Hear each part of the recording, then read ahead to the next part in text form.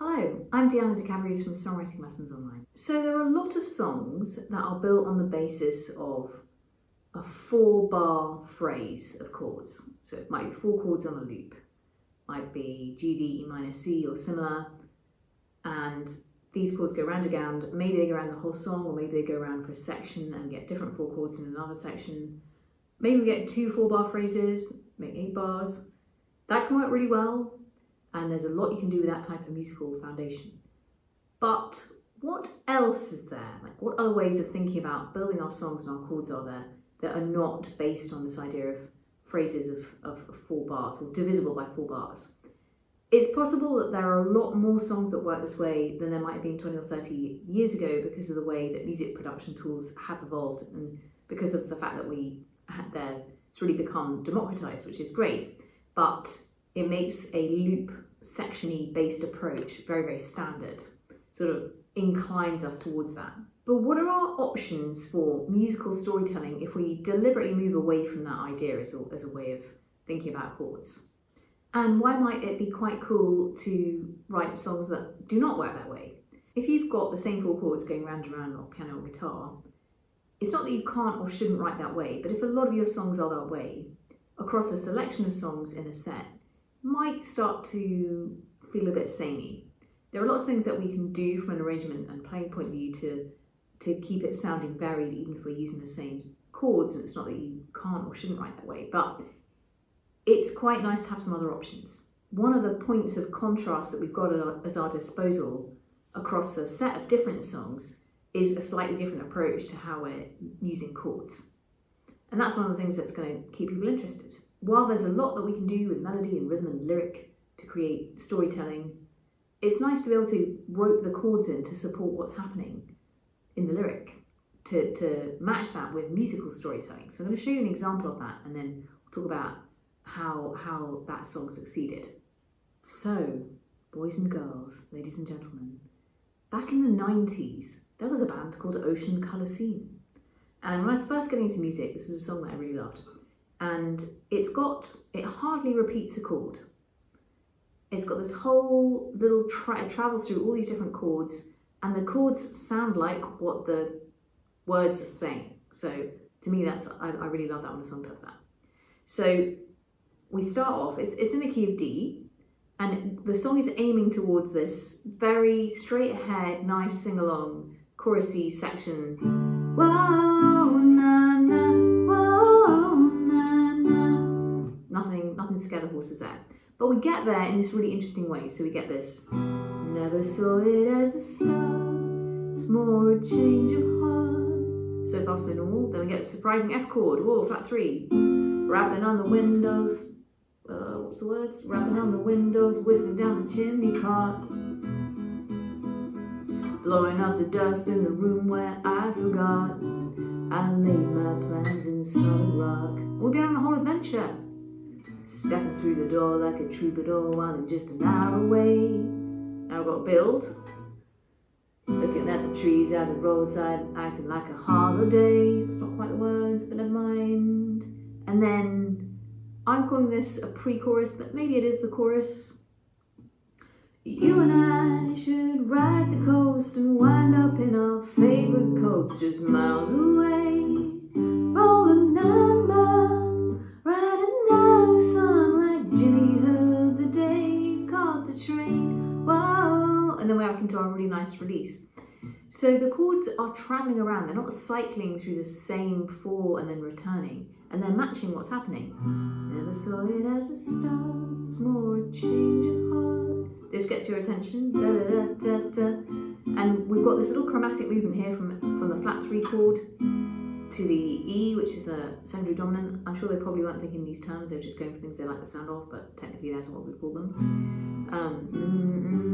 And then we go back to da da da da da da da da. Flat 7 chord, and then another chromatic move down to another secondary dominant. And all of that delayed resolution creates a sense of momentum that a loop just doesn't have. There's this travelling around that makes the arrival to the chorus much more intense, much more satisfying. This little da da da da da da da da da da. It's pure build, anticipation, da da da da da da. And then when we get to what I'm calling the build into the chorus, da-da, we got this little diminished chord, not very, da-da, and it's giving us a little rising bass line. So we've got D, we've got B flat diminished, B minor, A over C sharp. And it's a great release when we get into that whoa, na, na, whoa, na, na. So, and the whole song is about, it has a yearning quality. It's like, you know, today we call it the train, get your coat, and it's all got this feeling of yearning, and that's mirrored really effectively in the chords that really communicate that. If you just had no words and you just said da da da da da da da da da, like if you wrote a different story of that, you still know something's happening. So this is a great way to add a lot of character to your songs. And there's three things that are happening. First of all, there's this instability, this delaying of getting back to the one chord, back to the D. But it's not so much instability that we lose the thread. That's partly because the melody is really nicely written, and it's partly because the chords might not be in the key, but they're not like a million, thousand miles away, and also because they're quite often chromatically linked. So we've got that like F, E, and that C, B. And that chromatic movements help our ears accept things, especially in the bass. So we've got these, if we just recap how the chords are moving and how the ideas you can take. We've got a flat 3 and a flat 7. So from D's perspective, flat 3 is an F and a flat 7 is a C. Though you can always add those chords are sort of not so far away from your key that they're going to sound super jarring. They will sound like an interesting surprise, but they won't sound really dissonant. And we have secondary dominants. Quick way to think about those is just the minor chords in the key made into major. And again, that's like a departure from the key, but it's not like so far away that it's going to sound super jarring. So those are both good ways to create a bit of instability. Flat 3, flat 7, and flat 6. It's not a flat 6 in that song, but those are the three kind of easy ones that you can reach for. And then the secondary dominants, i.e. the minor chords in the key made major. And then something that happens in the chorus is the kind of build into the chorus is these chromatic movements. This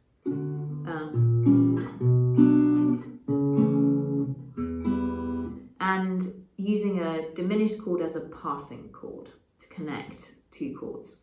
So this is not the time for a big diversion into using diminished chords, but you can do that to create like a little connecting thing between two chords. If you've got going from one chord to another, you could experiment with, in the second half of the bar, for a couple of beats, going to a diminished chord that connects one of those chords to the other.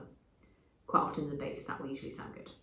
So that's another thing that we can do to just create this sense of travel and a little bit of surprise.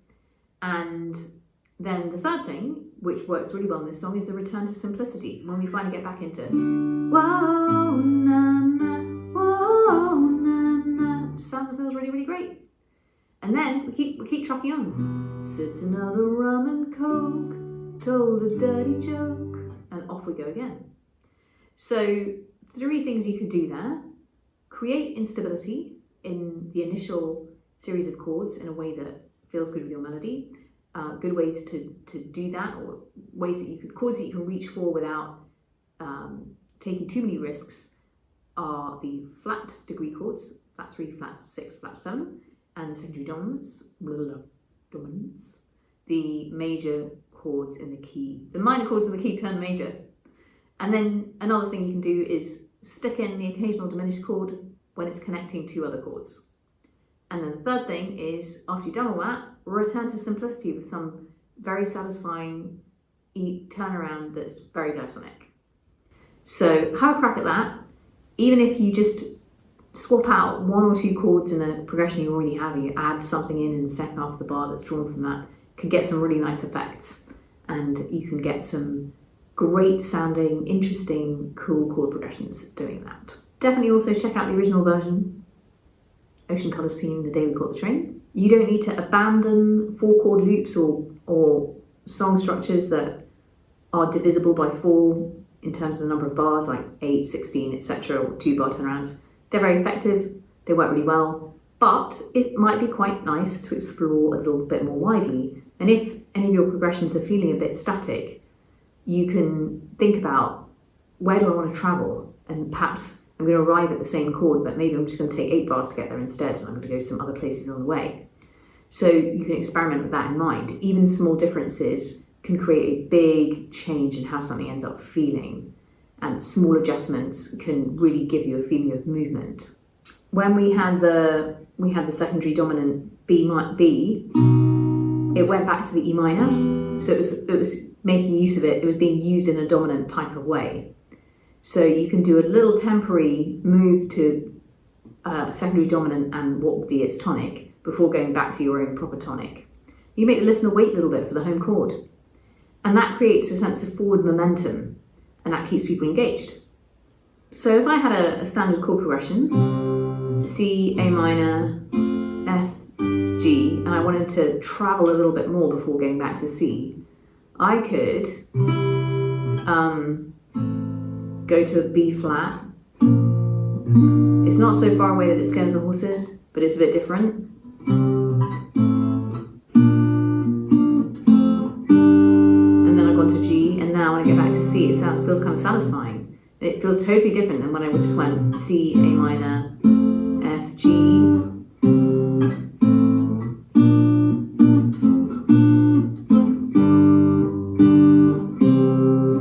So, give it a go. Let me know how you get on in the comments. If you want to go into a bit more depth with chord progressions, I've got a guide called 21 Ways to Write Great Chord Progressions. It has 21 approaches to writing chord progressions. It's got like 30 plus chord progression examples in 3 different keys that are just, you can use and deploy them straight away, or using the starting points and then change them. It is $7, and it is packed with ideas like this that you can get going on right away. The link is in the description. If you try out some of these techniques, let me know. Please do like, share and subscribe. It really helps my channel. Thank you very much. I'm Deanna DeCavries from Songwriting Lessons Online.